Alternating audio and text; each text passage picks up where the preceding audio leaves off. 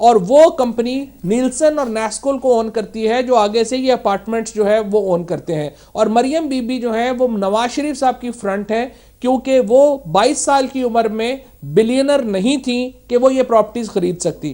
تو ہمارا کیس یہ ہے اور یہ ڈاکومنٹس جو قطری شہزادے ان کا یہ کیس ہے چودھری صاحب معاف کرنا کہ آپ سارے جھوٹے الزامات اور دروغ گوئی اور فیبریکیٹڈ اپنی مرضی کے ڈاکومنٹس وہی کافی گھسے پٹے جو الزامات لگاتے رہے ہیں کیونکہ نہ آپ دھاندلی پر آپ کا کچھ ہوا ہے, عوام نے آپ کو ریجیکٹ کیا ہے, اسمبلی میں خود آپ نہیں جاتے, اگلے الیکشن میں بھی نواز شریف ہینڈز ڈاؤن جیتنے والا ہے. آپ کو تکلیف یہ اور مروڑ اٹھ رہے ہیں خان صاحب کو اور فواد چودھری کو کہ کسی طرح ان کو گندا کر کے یعنی حکومت سے نکال دیا جائے تاکہ گلیاں ہو جائیں سنجیاں وچ عمران خان اور فواد چودھری پھریں.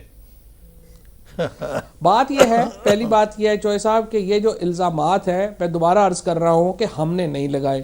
پیناما پیپرز نے دنیا کے جو کرپٹ ترین لوگوں کی جو ایک سکینڈل جاری کیا, اس کے سکینڈل میں پرائم منسٹر صاحب اور ان کے خاندان کا نام شامل تھا. ہم نے الزامات نہیں لگائے, ہم نے صرف الزامات کی تحقیقات کا مطالبہ کیا ہے. اور وہ اس لیے کیا ہے کہ اگر آپ کے وزیر اعظم کے اوپر الزامات ہیں, اگر آپ کی حکمران خاندان کے اوپر الزامات ہیں, اس کی تحقیقات ہونی چاہیے اور اس کا رزلٹ جو ہے وہ نکلنا چاہیے تھا. ہمارا کیس جو بحیثیت اپوزیشن ہے وہ صرف اتنا ہے. باقی پھر آگے الیکشن میں لوگوں نے ووٹ دینے ہیں اور ہم انشاءاللہ انشور کریں گے کہ اس دفعہ الیکشن لوگوں کی ووٹوں کے اوپر ہو. اچھا فواد صاحب یہ بتائیے مجھے کہ آج شہباز شریف صاحب بھی بڑے ناراض تھے, انہوں نے بھی تبصرہ کیا ہے. وہ کہتے ہیں کہ نیازی صاحب عمران خان کے بجائے انہوں نے نیازی صاحب جو ہیں فیصلہ ڈھابکا ہو تو وہ خوش ہیں, اگر نہ ہو تو وہ کہتے ہیں کہ جی یہ ہم تسلیم نہیں کرتے اس کو. تو یہ کیا یہ پی ٹی آئی کی کیا یہ واقعی یہ heads I will tell you lose strategy ہے؟ کیونکہ یہ تو حقیقت ہے نا کہ جو پہلے والی بینچ تھا جب وہ تحلیل ہوا تو آپ نے شور مچایا کہ یہ جو ہے یہ اس لیے ہوا تحلیل کہ جی یہ جج جو ہیں کمپرومائز ہو گئے. پھر نئے چیف جسٹس آئے, اس پہ بھی اسپرشنز کاسٹ کی. اب آج کل آپ خوش ہیں, کل کو اگر خدا نہ خواستہ فیصلہ آپ کے خلاف آیا تو آیا آپ تسلیم کریں گے یا پھر سڑکوں پر نکل آئیں گے؟ اچھا, پہلی بات تو یہ عارف نظامی صاحب ریکارڈ کی درستی کے لیے پچھلے بینچ کے اوپر بھی ہم نے مکمل اعتماد کا اظہار کیا تھا, اس بینچ کے اوپر بھی ہم مکمل اعتماد کا اظہار کر رہے ہیں. پچھلے چیف جسٹس صاحب کے اوپر بھی ہم نے مکمل اعتماد کا اظہار کیا تھا, موجودہ چیف جسٹس صاحب کے اوپر بھی ہم مکمل اعتماد رکھتے ہیں.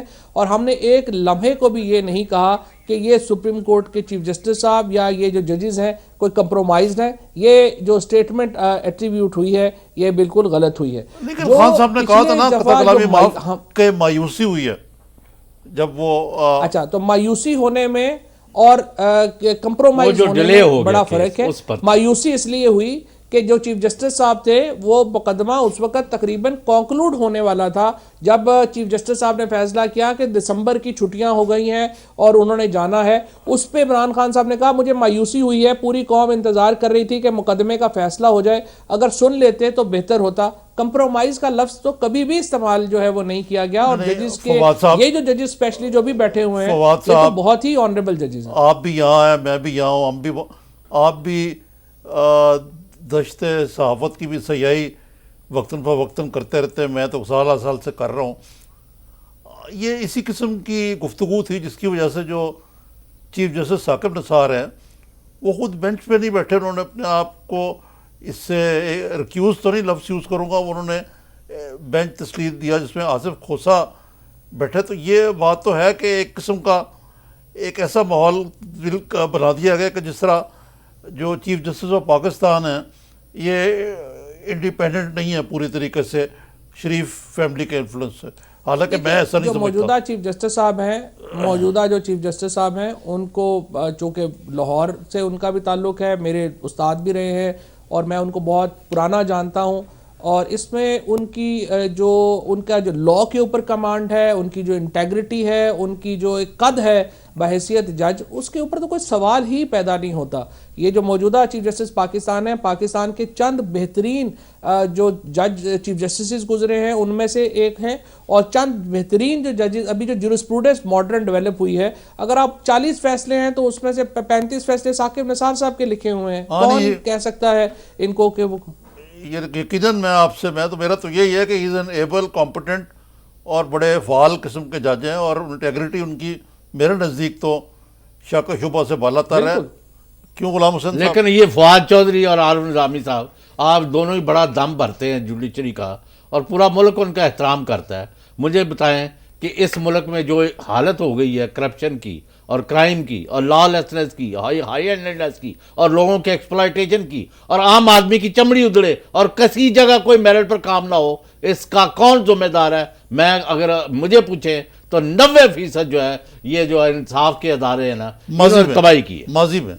آج تک کیا مراد ہے؟ آج بھی ابھی تک کون سا یعنی انصاف ہو گیا؟ ایک دن ہوا نہیں. میرا تو خیال ہے کہ یہ بات چوہے صاحب کی یہ میں اتفاق نہیں کرتا. صاحب کی بات یہ ہے کہ جسٹس افتخار نے چودھری نے ہوئی عامریت جو تھی انہوں للکارا نے بھی کے سن لی ہے جنہوں بلایا گیسٹ. نہیں آپ نے مجھ سے بھی ایڈریس ہاں میں کیا آپ کو ہی پوچھا ہے. ہاں جی فواد صاحب.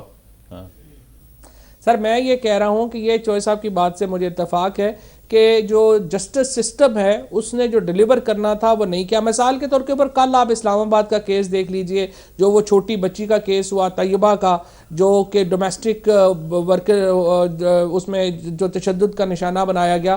ایڈیشنل سیشن جج صاحب نے ضمانت لے لی کمپرومائز کی بنیاد کے اوپر. کبھی اس طرح سے ادارے کام کرتے ہیں؟ پولیس جو ہے وہ کام نہیں کر رہی، فنکشنل نہیں ہے.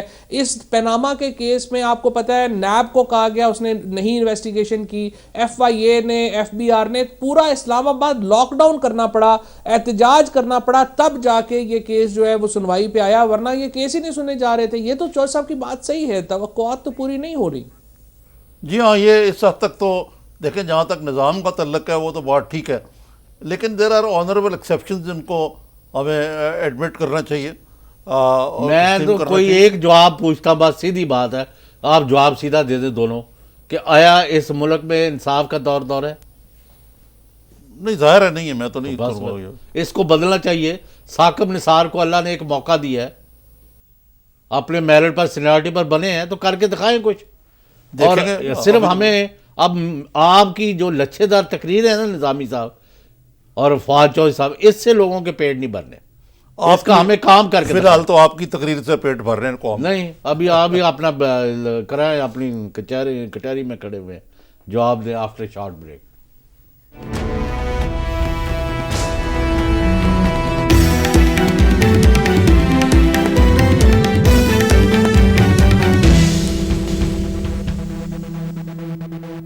Welcome back.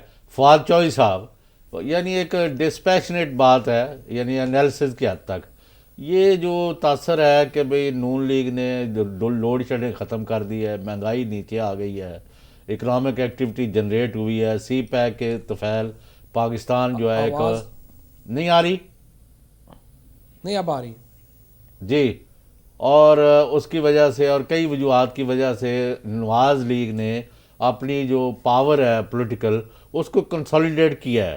اور اب نہ تو یعنی آپ لوگوں نے دھاندلی کا تدارک کوئی کیا ہے اور نہ ہی ان کے جو آپ کے بقول جرائم ہیں وائٹ پیپر کی شکل میں یا کسی شکل میں کہ انہوں نے کوئی کرپشن اگر کی ہے اور سکینڈل جو ہے نہ لوگوں تک وہ بچایا تو وہ دوبارہ 2018 یا اس سے پہلے ہونے والے الیکشن میں جیت کے آ جائیں گے. مجھے آواز بڑی کٹ کے آ رہی ہے. یا صحیح کرو بھئی آواز. نظامی صاحب یہ جو تاثر ہے کہ بھئی یعنی by all means Nawaz League وہ تو ٹھیک ہے، وہ تو ابھی آپ ان کے جتنے بھی وزراء ہیں وہ یہی کہتے ہیں جی کہ یہ جو لوگ بھی حکومت کی مخالفت کر رہے ہیں، خاص طور پی ٹی آئی جی، چاہے وہ پاناما گیٹ ہو یا اور ایشوز ہوں، وہ خائف ہیں پی ایم ایل این کی جو حکومت جو عوام کی خدمت کر رہی ہے، ترقیاتی منصوبوں کا جال بچھا رہی ہے. وہ الگ بات ہے، ہم بحث کر سکتے ہیں. اچھا وہ زبیر عمر ہیں پاکستان مسلم لیگ این کے بڑے فعال ایکٹیو اور بڑے آرٹیکولیٹ شخصیت ہے. میری طرح غصے میں جلدی آ جاتے ہیں لیکن ہمارے پروگرام میں نہیں. محمد زبیر عمر صاحب السلام علیکم. جی السلام علیکم. وعلیکم جی. وعلیکم جی. کیسے مزاج؟ ٹھیک ٹھاک؟ بالکل ٹھیک ٹھاک. آپ ٹھیک ہیں؟ وہ اج تسی ساڈے دوست اپنے بھرا دے اوتے چڑھ دوڑے ہو. وہ ایک تو جی میڈیا موجود ہوتے ہیں نا تو ہر چیز کو زیادہ ہائی لائٹ کرتے ہیں. ایک چیز بڑی کلیئر ہے، وہ پروفیشنل ایک ڈسکشن ہو رہی ہے اس میں ظاہر ہے ان کا اپنا پوائنٹ آف ویو ہے, ہمارا اپنا پوائنٹ آف ویو ہے. میں تو ہمیشہ یہ کہتا ہوں کہ یہ نہ کہیں کہ آپ نے صحیح نہیں کیا, بتا دیں کہ ہم کیا کرتے یا بھی کیا کریں. نہیں تو کم از کم لوٹ مار تو بند کرائے نا, اور کیا کرنا ہے. میں نے یہی کہا تھا, انہوں نے کہا جی کرپشن اور سیاسی بیسس پر دھاندلی. تو میں نے کہا میں 3 سال ہو چکے تمام اسٹیٹ انسٹیٹیوشنز میں, مجھے ایک لا کے بتاتے ایک بندہ کہ یہ سیاسی بھرتی ہوا تھا, ایک.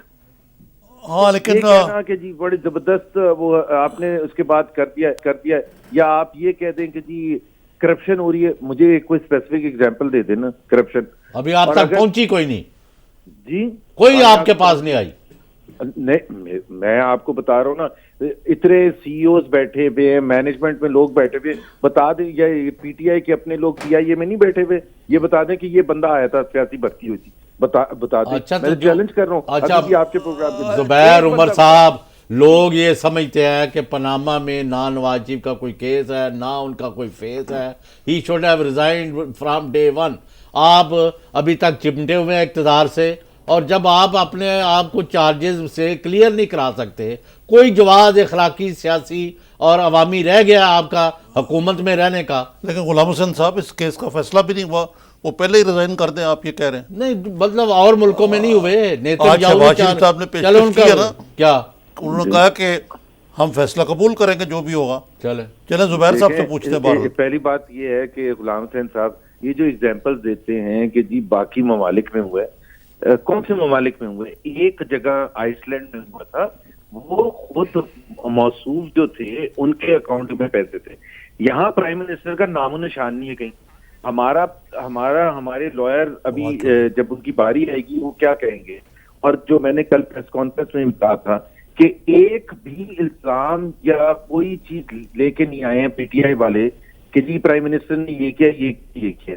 نہ ہی ان کے لائر نے کبھی بولے, نہ ہی کوئی ایسی بات آئی ہے کہ جی پرائم منسٹر انوالوڈ ہے. تو آپ پرائم منسٹر کو لائر کس چیز کے لیے ڈیفینڈ کریں؟ جی فوج پرائم منسٹر ریزائن کیوں کریں؟ اور دوسری بات آپ نے کہا عوامی, اخلاقی تو میں اور آپ بحث کر سکتے ہیں, عوامی کا تو ایک ہی انڈیکیٹر ہے کہ جب عوام کو موقع ملتا ہے ووٹ ڈالنے کا, وہ اس سے پتہ چل جاتا ہے کہ عوام کس طرف ہے. تو زبیر صاحب ذرا ان کا موقف لے لیں پی ٹی آئی کا. جی فوج چوہی صاحب. میں نے تو جس طرح سے آپ کو پہلے بتایا تھا کہ پہلی بات تو یہ ہے کہ آئس لینڈ کے بھی پرائم منسٹر نے, ان کی بیگم جو تھی ان کا نام تھا, تو انہوں نے اس کے اوپر جو ہے وہ ریزائن کیا.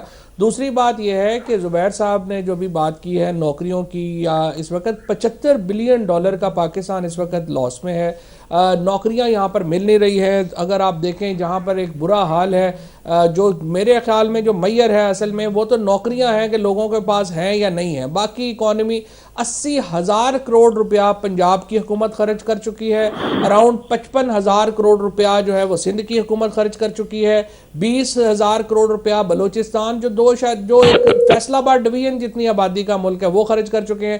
اب آپ اس کے کورسپونڈنگ اگر آپ پروگرس مجھے بتا دیں کہ کیا ہوئی ہے پنجاب میں ہی, اگر آپ دیکھ لیں تو جو اس وقت حالات ہیں وہ آپ کے اتنا بڑا جو ہمارا لون ہے وہ پتہ نہیں کیسے اترے گا, جب ان کی جو ایکسپورٹس ہیں وہ لویسٹ ایب کے اوپر ہیں, ریمیٹنسز نیچے آ رہی ہیں, ڈیفیسٹ جو ہے وہ روز بڑھ رہا ہے. تو ہمیں تو نہیں پتا کہ اگلے 5 سال جو ہے یہ اگلی حکومت کو آ کے یہ کیا تحفہ جو ہے وہ دیں گے. اور ابھی الیکشنز کو بھی ابھی یہ خریدنا چاہ رہے ہیں, ہر حلقے میں ایم این ایز کو سوا ارب روپیہ جاری کر دیا ہے, 50 کروڑ روپیہ ایم پی اے کے حلقے میں جاری کر دیے ہیں, اور اس کے بعد ڈی سی بحال کیے ہیں. آئین کے اوپر آرٹیکل 140A کے مینڈیٹ کو اڑا کے رکھ دیا ہے. جواب لے لیے زبیر صاحب کو, پھر آگے چل رہے ہیں. ہاں جی زبیر صاحب, یہ بڑی چارج شیٹ بڑی زبردست ہے آپ کے خلاف. سچ این ایجوکیٹڈ پرسن, یہ جو آپ نے کہا 1.25 ارب جاری کرتے ہیں, پلیز محمد زبیر جب سامنے ہوتا ہے تو تھوڑا سا دیکھ کے بات کریں. میں آپ کو ابھی چیلنج کر دوں اور کل آ جائیں گے دونوں ٹی وی پر کہ 1.25 ارب ایک بندے کو بھی اگر جاری کیا ہو. کیوں آپ لوگ ایسے کرتے ہیں یار؟ آئی مین دس از نو. اور آپ کو نہیں اس سے ووٹ مل رہے ہیں, آپ سمجھتے ہیں کہ آپ کہہ کے نکل جائیں گے تو آپ کو ووٹ زیادہ پڑیں گے, نہیں پڑیں گے. دیکھیں کریڈیبلٹی لوز ہوتی ہے. میرے حلقے میں جاری کیے ہیں, میرے حلقے میں جاری کیے ہیں, اسکیمیں ہو گئی ہیں, سب آپ نے جو ہے وہ دے دیے. جاری کیے گئے ہوں ایز آف ٹوڈے, ایک بندے کو بھی جاری کیے ہوئے 2.5 کروڑ روپیہ تو میرے حلقے میں الیکشن سے ایک ہفتہ پہلے آپ لوگوں نے دے دیا. سر آپ نے ابھی 1.25 ارب کہا تھا, اب آپ 100 پر آ گئے ہوں گے, مطلب ایک چیلنج پر. دوسری بات یہ ہے کہ پلیز انڈرسٹینڈ کہ آپ کا جو موقف ہے اکانومی کے بارے میں فواد چودھری صاحب، وہ پاکستان کے بیشتر آواز کا بڑا مسئلہ ہے، مجھے آواز نہیں آ رہی صحیح.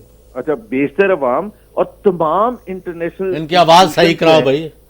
جی وہ اس چیز کو ایکسپٹ نہیں کرتے. آج اسٹاک مارکیٹ 49,000 کس بیسس پر ہے؟ 4 بنیادی ریزنز ہیں. ان کی بھی آواز صحیح ہے. Economic credibility, economic indicators.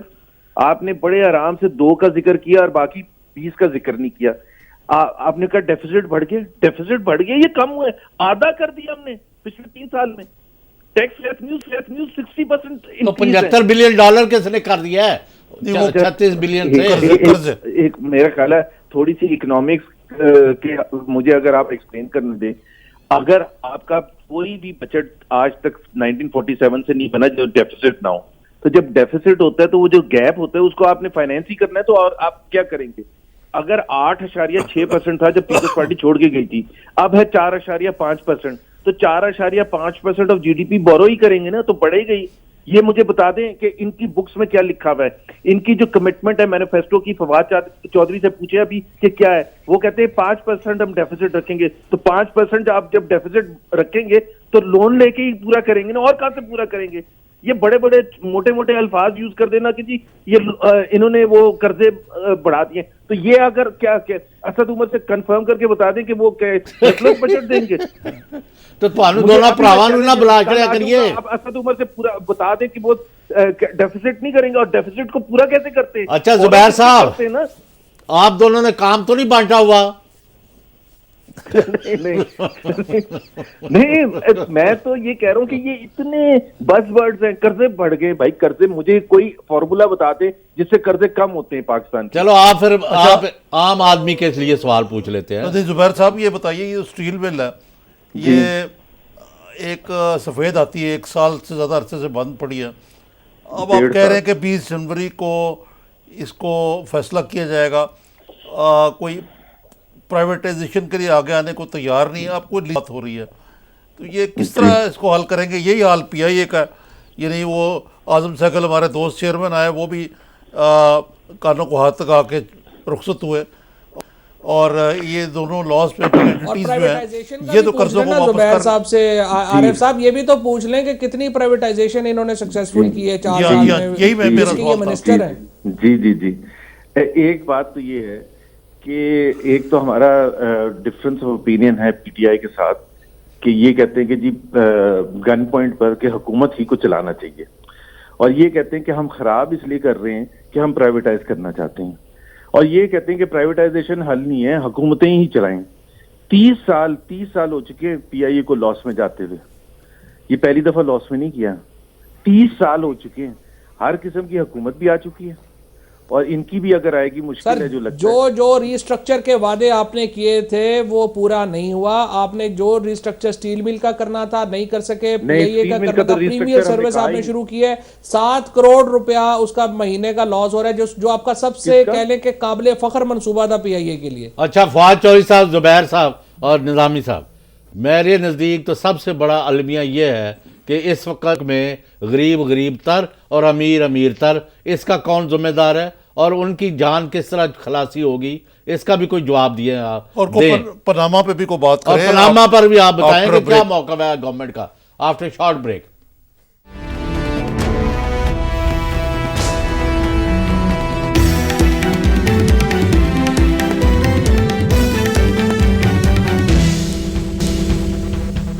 Welcome back. جی نظامی صاحب، یہ تو غریب تر اور امیر تر، اس کا کون ذمہ دار ہے؟ ہاں، لیکن غلام حسین صاحب یہ جو میں یہ نہیں کہتا کہ کوئی ٹھیک بات ہے، لیکن اس کا ذمہ دار تو ایوب خان سے لے کر اس سے پہلے بھی جو جاگیردار حکومت کر رہے تھے، خاص طور پر ایوب خان کے دور میں جب 22 خاندانوں کی آئی ہے مناپلی، اس سے چل پڑا کام. اور جب پاکستان ٹوٹا اسی لیے کہ غریب سے غریب تر، اور بعض صوبے امیر سے امیر تر اور بعض صوبے غریب تر ہوئے. ڈسپیرٹی زیادہ نہیں ہوگی؟ اور یہ ڈسپیرٹی بڑھتی ہی جا رہی ہے زبیر صاحب.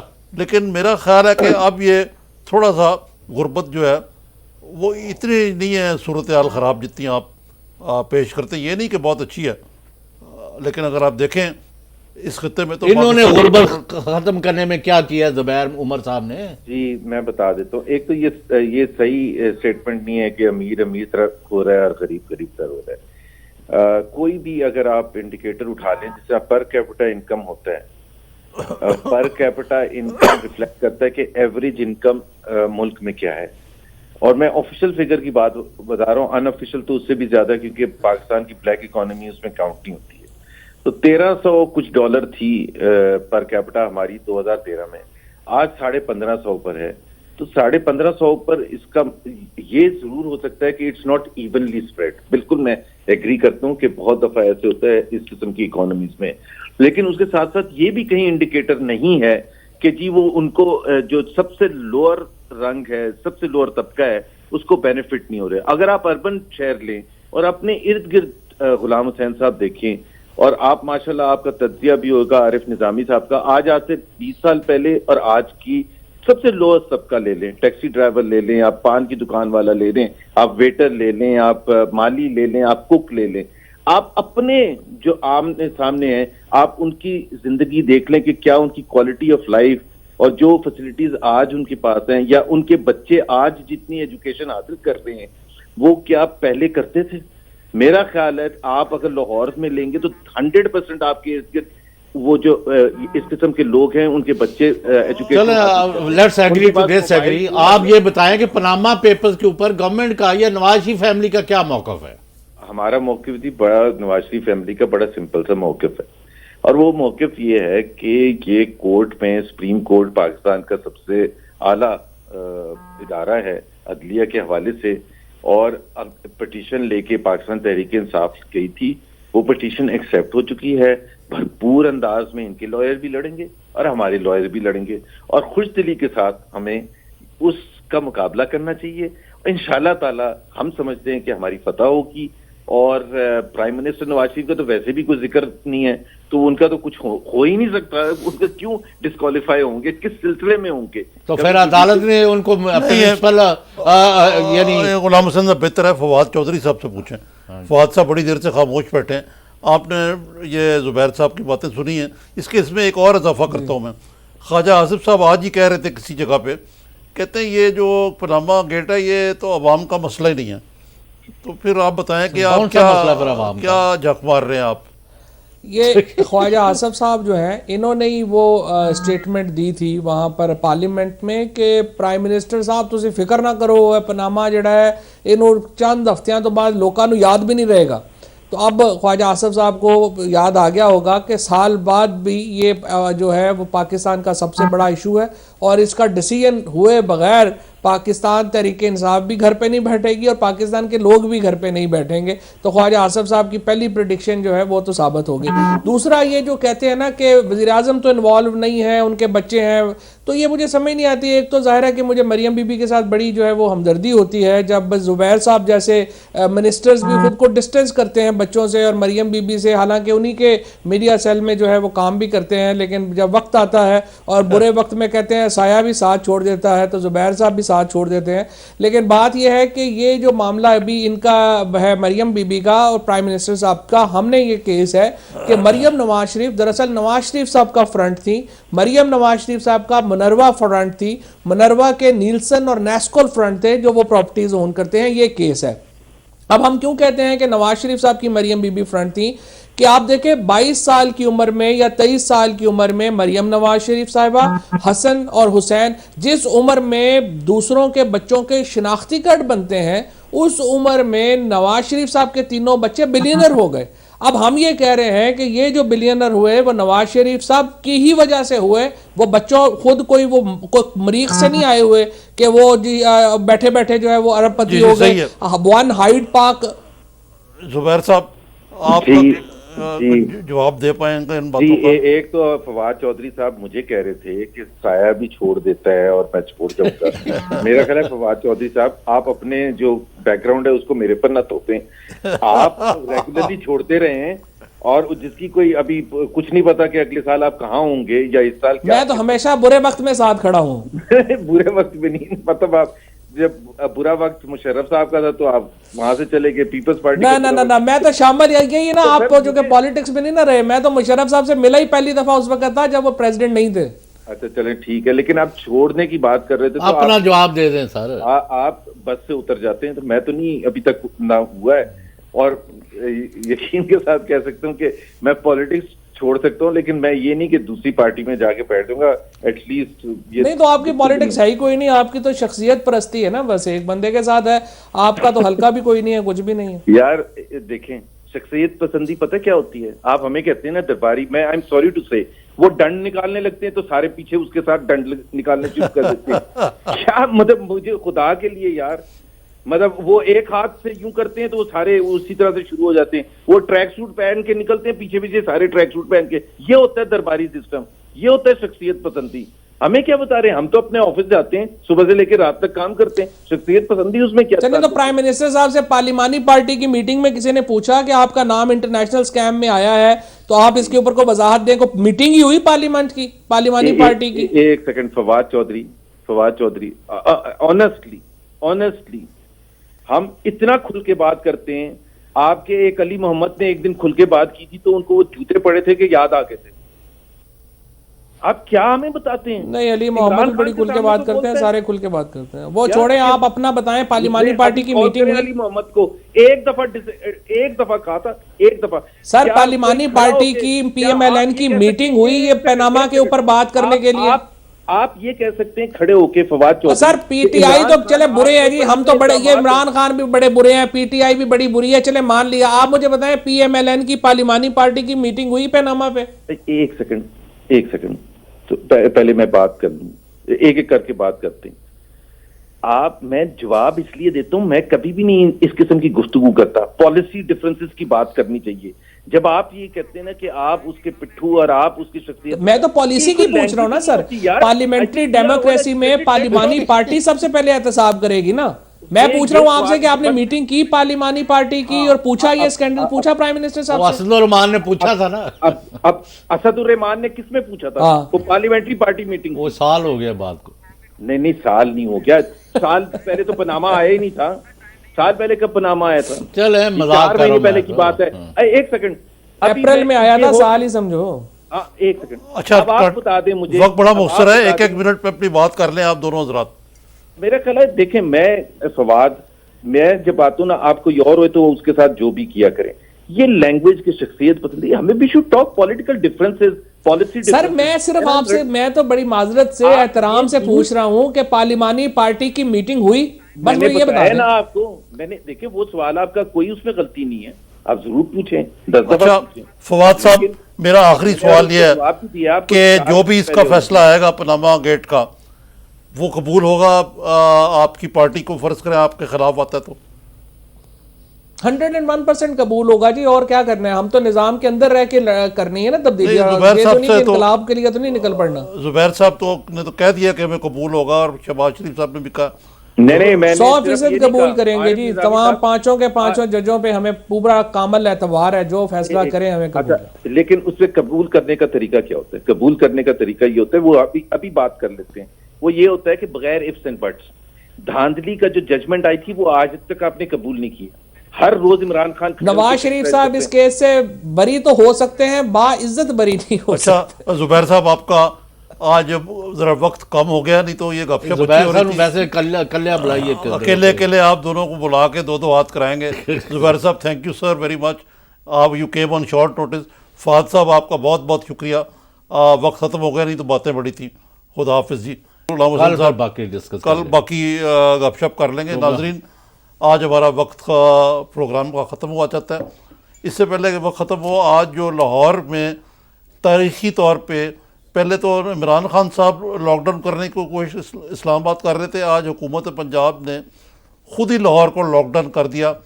اور اتنی اذیت ہوئی لاہوریوں کو, کیونکہ اب لاہور نہیں رہا, لاہور کے ساتھ کئی شہر منسلک ہیں, ان کو سب کو محبوس کر دیا گیا. نہ اپنے گھروں کو پہنچ سکے, نہ ہسپتالوں کو پہنچ سکے, اپنے کاموں سے گھر کو نہیں پہنچ سکے, گھر سے کاموں کو نہیں پہنچ سکے. تو شہباز شریف صاحب کو اپنے اس لاک ڈاؤن کی کنٹینرز کے لیے اسٹریٹجی پہ نظر ثانی کرنی چاہیے. ناظرین خدا حافظ, کل انشاءاللہ آپ سے دوبارہ ملاقات ہوگی.